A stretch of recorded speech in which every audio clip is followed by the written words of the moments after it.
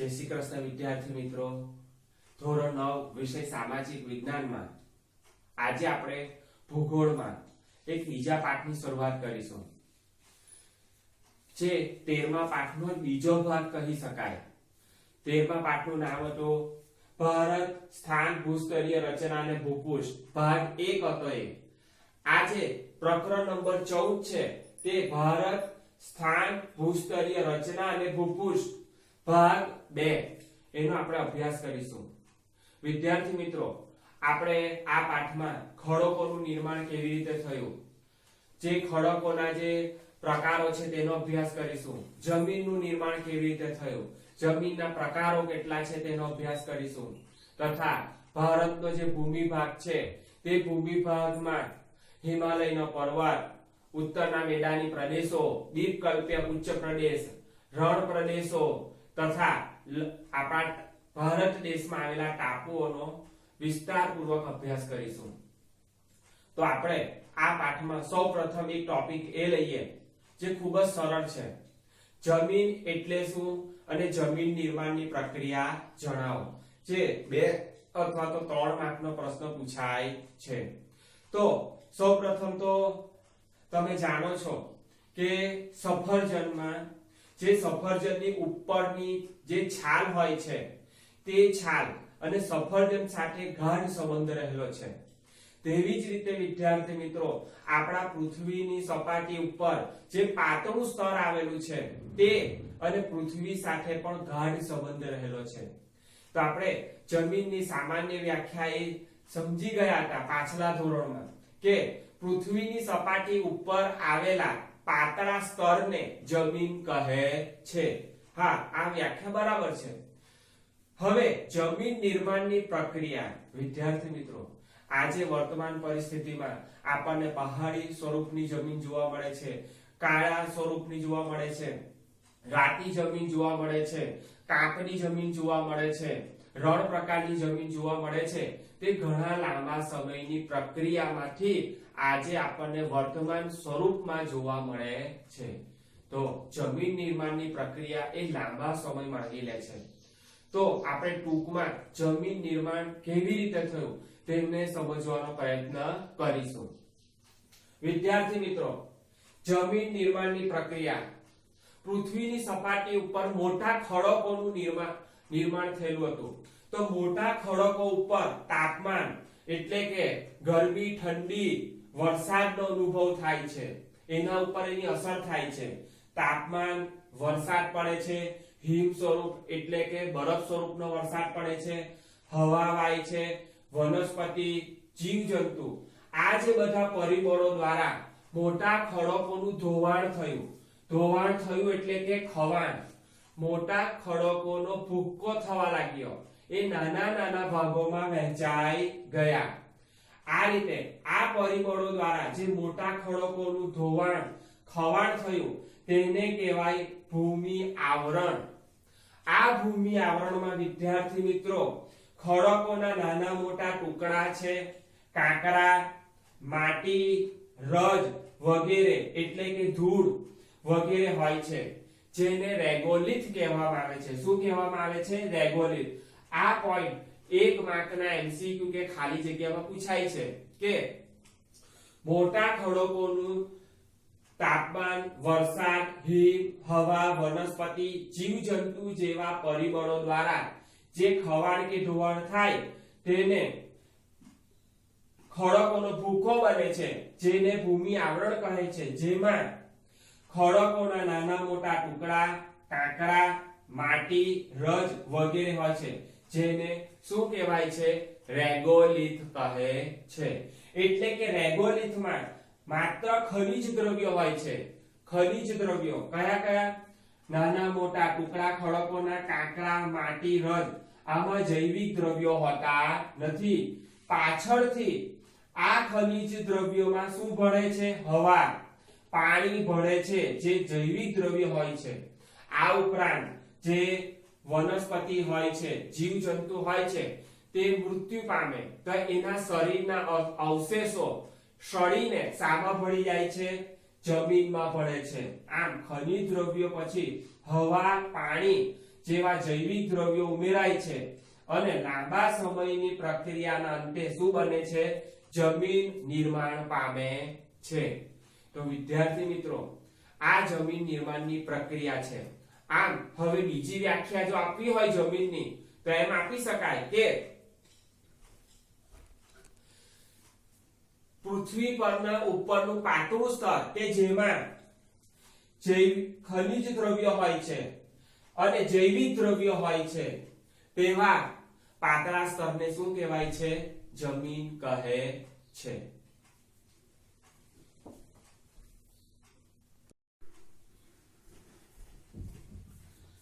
વિદ્યાર્થી મિત્રો, આપણે જમીનની વ્યાખ્યા સમજ્યા, જમીન નિર્માણની પ્રક્રિયા સમજ્યા. હવે મુદ્દો આવે છે જમીનના પ્રકારો.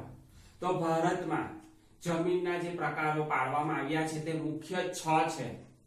પહેલો પ્રકાર છે જમીનના પ્રકારો. પહેલો પ્રકાર છે કાપની જમીન, એટલે કે નદીઓના નિક્ષેપણ, નદીઓના કાપ દ્વારા નિર્માણ પામેલી જમીન. બીજી કાળી જમીન. ત્રીજો પ્રકાર છે રાતી જમીન. ચોથો પ્રકાર છે પડખાઉ, એટલે કે લેટેરાઇટ જમીન. પાંચમો પ્રકાર છે પર્વતીય જમીન, એટલે પહાડો હોય તેવી જમીન. છઠ્ઠો પ્રકાર છે રણ પ્રકારની જમીન, એટલે કે રેતાળ. રાજસ્થાનમાં રણ પ્રકારની જમીન આવેલી છે, ગુજરાતના કચ્છ વિસ્તારમાં આવેલી છે. તો ભારતમાં મુખ્યત્વે 6 પ્રકારની આ જમીન જોવા મળે છે. તો આપણે પહેલો પ્રકાર સમજીએ જમીનના પ્રકારોનો. કાપની જમીન, એટલે કે નદીઓના નિક્ષેપણ દ્વારા, એટલે કે નદીઓ જ્યાંથી વહે છે તો પોતાની સાથે કાંકરા, માટી એ બધું સાથે લઈ આવે છે. એટલે કે નદીના પાણી સાથે માટી, કાંપ, જે કાંકરા છે તે સાથે ભળીને આવતા હોય છે. અને આ નદીઓ જ્યાંથી પસાર થાય છે તે કાંપ, તે નિક્ષેપણ ત્યાં ભેગું થતું જાય છે. તો આના દ્વારા નદીઓના કાંપ એટલે કે નિક્ષેપણ દ્વારા તૈયાર થતી જમીનને શું કહેવાય છે? કાપની જમીન કહે છે. આ જમીન ખૂબ જ ફળદ્રુપ હોય છે. વિદ્યાર્થી મિત્રો, કાપની જમીન આપણે જોવા જઈએ તો જ્યાં નદી વહેતી હોય તેવા વિસ્તારોમાં જોવા મળે છે, જેમ કે પંજાબ, ઉત્તર પ્રદેશ, બિહાર, આપણા ગુજરાતમાં પણ, પશ્ચિમ બંગાળમાં પણ જ્યાં મુખ્ય નદીઓ વહે છે નિયમિત બારેમાસ, ત્યાં આવા કાપની જમીનનું નિર્માણ થયેલું હોય છે. આ જમીન ખૂબ જ ફળદ્રુપ હોય છે, જેના કારણે ઉત્તર પ્રદેશ, પંજાબ, હરિયાણા, બિહાર, પશ્ચિમ બંગાળમાં ખેતીનો વ્યવસાય ખૂબ જ વિકાસ પામ્યો છે અને ત્યાંના લોકોનો પણ મુખ્ય વ્યવસાય ખેતી જ છે. હા, નદીઓના નિક્ષેપણ દ્વારા તૈયાર થતી કાપની જમીનના પણ પેટા 2 ભાગો છે, એટલે કે બાંગર અને ખદર. વિદ્યાર્થી મિત્રો, બાંગર એટલે જૂનો કાંપ, એટલે કે નદીઓ જ્યાંથી ઉદ્ભવે છે ત્યાંથી એ ઢાળ પરથી વહે છે, તો ત્યાંથી એ પોતાની સાથે માટી એવું લઈ આવે છે. તો એ માટી નિક્ષેપણ આગળ વહે છે, ત્યાં એ સ્તર બનાવતા નથી. એટલે કે નદીના ઉપરવાસમાં, નદી ખીણોના ઉપરવાસમાં નદીઓનો જૂનો કાંપ હોય છે, તેને બાંગર પ્રકારની કાપની જમીન કહે છે, જે ચીકણી અને ઘેરા રંગની હોય છે. આ એના લક્ષણો છે. બાંગર કાંપ કેવો હોય છે? જૂનો હોય છે. નદી ખીણોના ઉપરવાસમાં આ જૂનો કાંપ જોવા મળે છે, જે ચીકણી અને ઘેરા રંગની હોય છે. જ્યારે નદી વહીને જે સપાટ મેદાનોમાં આવે છે ત્યાં જે આગળથી કાંપ, માટી, કાંકરા, નિક્ષેપણ લઈ આવી હતી તે બધું ત્યાં ઠલવાય છે, એટલે કે તે ખદર કાંપ કહેવાય છે. નદીઓનો નવો કાંપ, એટલે કે દર વર્ષે નદીઓના કાંપનું સ્તર ત્યાં ખુલ્લા મેદાનોમાં બનતું જાય છે. તો ખદર એટલે નદીનો નવો કાંપ, જે પૂરના મેદાનોના ક્ષેત્રોમાં જોવા મળે. એટલે કે જ્યાં નદીઓનો પ્રવાહ ધીમો થઈ જાય છે, ખુલ્લા મેદાનોમાં એ પ્રસરે છે, ત્યારે ઉપરવાસમાંથી નદીના ઉપરવાસ, નદીના સ્ત્રોત ત્યાંથી ઘસેડીને આવેલો જે કાંપ છે તે અહીં ઠલવાય છે, એટલે દર વર્ષે નવા કાંપનું સ્તર બનતું જાય છે. તે પૂરના મેદાનોના વિસ્તારોમાં જોવા મળે છે અને તે કેવી હોય છે? રેતાળ સ્વરૂપની હોય છે. તો આ બે માર્કનો તફાવત પણ પૂછી શકાય. ખદર અને બાંગર વચ્ચેનો તફાવત જણાવો. તો 3 મુદ્દા આપણા તૈયાર થયા. બાંગર એટલે નદીઓનો જૂનો કાંપ, જ્યારે ખદરમાં શું આવશે? ખદર એટલે નદીઓનો નવો કાંપ. જૂનો કાંપ નદીઓના ખીણોના ઉપરવાસમાં જોવા મળે છે, જ્યારે ખદર નવો કાંપ પૂરના મેદાની પ્રદેશોના વિસ્તારોમાં જોવા મળે છે.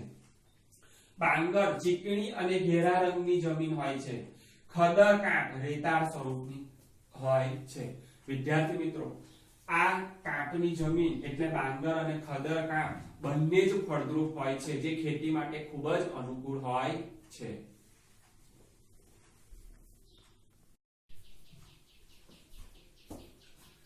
વિદ્યાર્થી મિત્રો, હવે આપણે જમીનનો એક પ્રકાર જોયો, કાંપની જમીન. હવે બીજો પ્રકાર જોઈશું, કાળી જમીન. વિદ્યાર્થી મિત્રો, કાળી જમીન આપણા ભારતના મધ્યમાંથી કર્કવૃત પ્રસાર થાય છે. તે કર્કવૃતનો નીચેનો ભાગ ઊંધા ત્રિકોણ જેવો આકાર ધરાવે છે અને ઉચ્ચ હોય છે, અને 3 બાજુ એને સમુદ્રનું પાણી આવેલું છે, તેથી તેને દીપકલ્પીય ઉચ્ચ પ્રદેશ કહે છે. તો આ દીપકલ્પીય ઉચ્ચ પ્રદેશના મોટા ભાગમાં કાળા પ્રકારની જમીન જોવા મળે છે, એટલે કે કાળી જમીન જોવા મળે છે. તેથી અહીં એમ કહેવામાં આવ્યું છે કે કાળી જમીન દીપકલ્પીય ઉચ્ચ પ્રદેશની ભેટ છે. વિદ્યાર્થી મિત્રો, કાળી જમીન ચીકણી હોય છે અને કસવાળી હોય છે. વરસાદ પડે છે ત્યારે ચીકણી થઈ જાય છે અને સુકાઈ જાય ત્યારે એ કસવાળી બની જાય છે. ચાલો, આ ઉપરાંત એનું મહત્વનું લક્ષણ જે 1 માર્કને MCQ માં પૂછી શકાય કે લાંબા સમય સુધી ભેજ ગ્રહણ કરવાની ક્ષમતા કયા પ્રકારની જમીનમાં છે? કાળી જમીનમાં છે. એટલે કે કાળી જમીનમાં ભેજ ગ્રહણ કરવાની ક્ષમતા લાંબા સમય સુધી એ મહત્વનો ગુણ ધરાવે છે, અને આ પ્રકારના ગુણના કારણે તે કપાસના પાક માટે ખૂબ જ ઉપયોગી છે. તેથી તેને કપાસની કાળી જમીન પણ કહેવામાં આવે છે.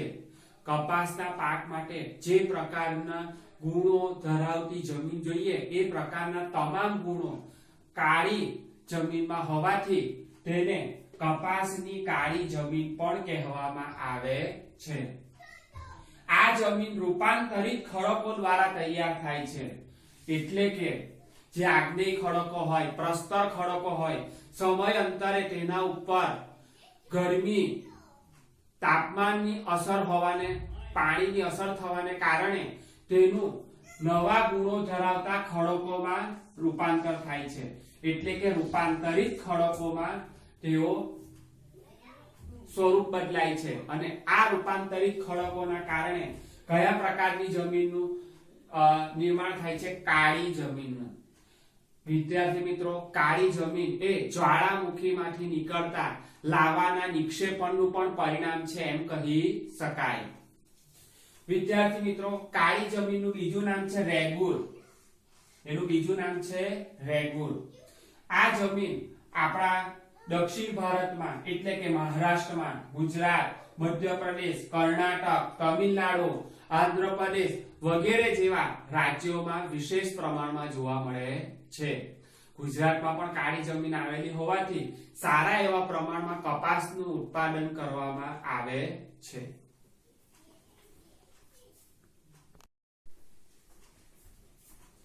વિદ્યાર્થી મિત્રો, જમીનનો ત્રીજો પ્રકાર આવે છે રાતી જમીન. રાતી જમીનમાં લોહ તત્વોનું પ્રમાણ વધારે હોવાથી આ જમીનનો રંગ રાતો જોવા મળે છે, તથા આ જમીનમાં કેટલાક સેન્દ્રિય તત્વો એટલે કે જૈવિક દ્રવ્યો, કુદરતી તત્વો એમાં હોવાને કારણે આ જમીન ફળદ્રુપ પણ હોય છે. ફળદ્રુપ એટલે કે ઉપજાઉ જોવા મળે છે. આ જે રાતી જમીન છે તે આગ્નેય ખડકો અને રૂપાંતરિત ખડકો ધરાવતા ક્ષેત્રોમાં જોવા મળે છે. જોઈએ તો આ જમીનનો રંગ રાતો હોવાનું કારણ છે તેમાં લોહ તત્વોનું પ્રમાણ જોવા મળે છે. અને સેન્દ્રિય તત્વો પણ હોવાને કારણે આ જમીન ફળદ્રુપ છે, ઉપજાઉ. આ જમીન છિદ્રાળુ છે. છિદ્રાળુ એટલે કે તેમાં જમીનના જે માટીના કણો હોય તેમાં છિદ્રો જોવા મળતા હોય છે. તથા કયા વિસ્તારોના ખડકોમાંથી મળે છે? આગ્નેય ખડક અને રૂપાંતરિત ખડકો વાળા ક્ષેત્રોમાં મળી આવે છે. આ જમીન આપણા દક્ષિણ ભારતમાં જોવા જઈએ તો ગોવા, તમિલનાડુ, ઝારખંડ અને ઓરિસ્સામાં જોવા મળે છે.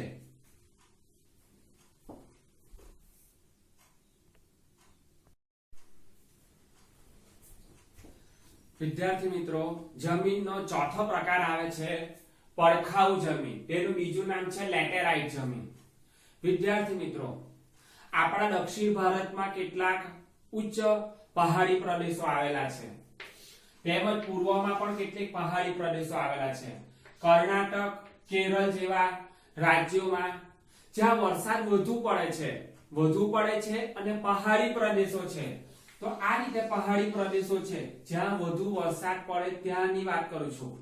તો વરસાદ વધુ પડે છે, પરિણામે વરસાદ પડવાને કારણે એના પાણીના પ્રવાહમાં તે જમીનમાં રહેલા પોષક તત્વો ધોવાઈ જાય છે. એટલે કે પાણીના વહેતા પ્રવાહમાં એ જમીનમાં રહેલા પોષક તત્વો એ પાણીના પ્રવાહમાં વહી જાય અને નીચેના સ્તરે ઉતરી જાય છે. પરિણામે અહીં ઉપરના ભાગમાં આ જમીન ઓછી ફળદ્રુપતા ધરાવે છે. એટલે કે આ પડખાઉ જમીનનું નિર્માણ શાને કારણે થાય છે? વધુ વરસાદને કારણે તીવ્ર ધોવાણ, વરસાદના પાણીના પ્રવાહમાં જમીનમાં રહેલા પોષક તત્વો, માટીના કણોનું ધોવાણ થઈ જાય છે. પરિણામે પડખાઉ જમીનનું નિર્માણ થાય છે.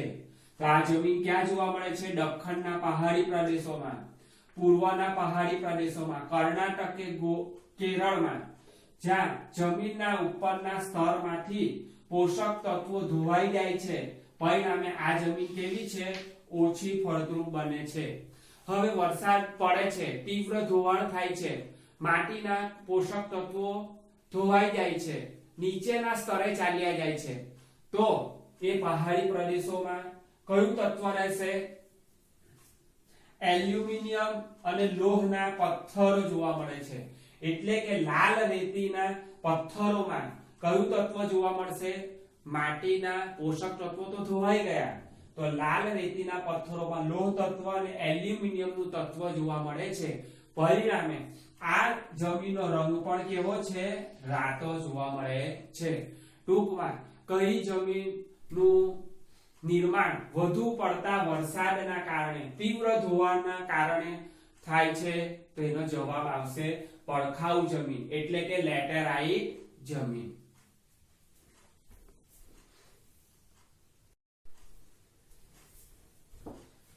વિદ્યાર્થી મિત્રો, જમીનનો પાંચમો પ્રકાર આવે છે પર્વતીય પ્રકારની જમીન.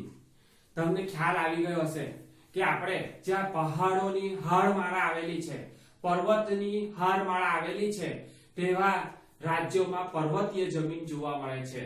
જેમ કે જમ્મુ કાશ્મીર, હિમાચલ પ્રદેશ, ઉત્તરાખંડ, અરુણાચલ પ્રદેશ, મેઘાલય વગેરે જેવા રાજ્યોમાં પર્વતોની હારમાળા આવેલી છે. તેથી તે પર્વતીય જમીન તરીકે ઓળખાય છે.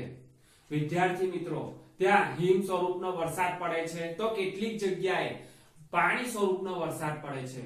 અને જુદા જુદા પર્વતીય પ્રકારની જમીનમાં જૈવિક દ્રવ્યોનું પ્રમાણ જુદું જુદું જોવા મળે છે. કેટલાક પર્વતીય જમીનમાં જૈવિક દ્રવ્યો વધારે જોવા મળે છે, તો કેટલીક જગ્યાએ પાણી સ્વરૂપનો વધુ વરસાદ પડે તો પહાડી જમીન, પર્વતીય જમીન જે છે તેમાં જૈવિક દ્રવ્યો ધોવાઈ જાય છે વરસાદના પાણીના કારણે. પરિણામે ત્યાં જૈવિક દ્રવ્યોનું પ્રમાણ ઓછું જોવા મળે છે.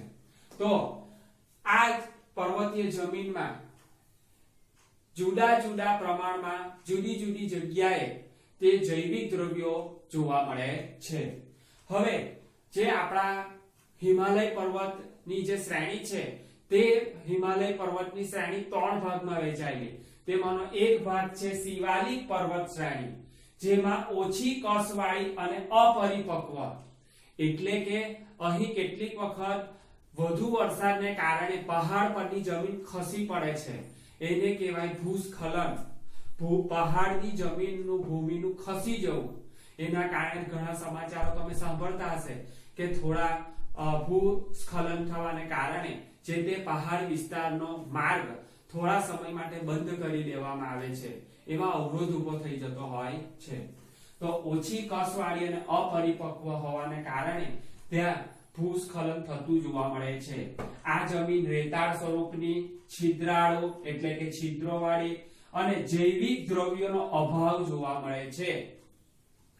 આ રીતે પર્વતીય જમીન આપણને જમ્મુ કાશ્મીર, હિમાચલ પ્રદેશ, ઉત્તરાખંડ, મેઘાલય, અરુણાચલ પ્રદેશમાં જોવા મળે છે.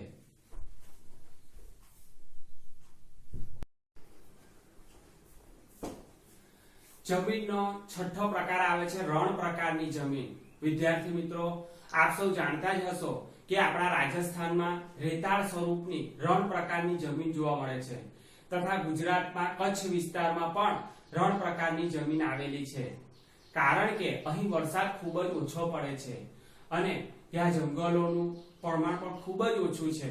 પરિણામે આ પ્રકારની રણ પ્રકારની જમીન રેતાળ સ્વરૂપની હોય છે અને તેમાં જૈવિક દ્રવ્યોનું પ્રમાણ ખૂબ જ ઓછું હોય છે, જ્યારે ક્ષાર કણો ધરાવતા દ્રવ્યોનું પ્રમાણ વધુ જોવા મળે છે કારણ કે તે રેતાળ સ્વરૂપની હોય છે. હા વિદ્યાર્થી મિત્રો, જો સિંચાઈની સગવડ પૂરી પાડવામાં આવે તો આ રણ પ્રકારની જમીનમાં પણ ખેતી સારા એવા પ્રમાણમાં કરી શકાય છે.